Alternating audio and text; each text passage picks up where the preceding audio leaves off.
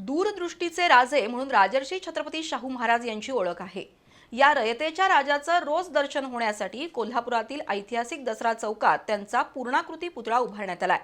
आज या शिल्पानं 100व्या वर्षात पदार्पण केलंय।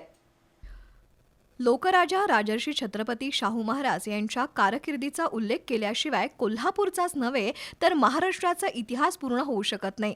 राजर्षी छत्रपती शाहू महाराज यांच्या पुरोगामी विचारांचा वसा आणि वारसा प्रत्येक पिढीत स्थलांतरित होतोय। 12 एप्रिल 1927 रोजी कोल्हापुरातील दसरा चौक परिसरात राजर्षी छत्रपती शाहू महाराजांचा पूर्णाकृती पुतळा उभारण्यात आलाय। या पुतळ्याला आज 99 वर्ष पूर्ण झाली आहेत। 100व्या वर्षात पदार्पण केलेलं शाहू महाराजांचं हे पहिलं स्मारक शिल्प आहे।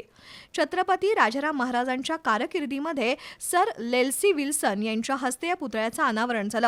राव बहादूर गणपतराव म्हात्रे यांनी घडवलेलं हे सुंदर शिल्प आजही सर्वांच्या मनाचा ठाव घेतं। साक्षात शाहू महाराजच उभे आहेत असा भास पुतळा पाहताना होतो। महाराजांचं धिप्पाड व्यक्तिमत्व, करारीपणा, राजेशाही वस्त्र हे सर्व काही मनाला भावतं।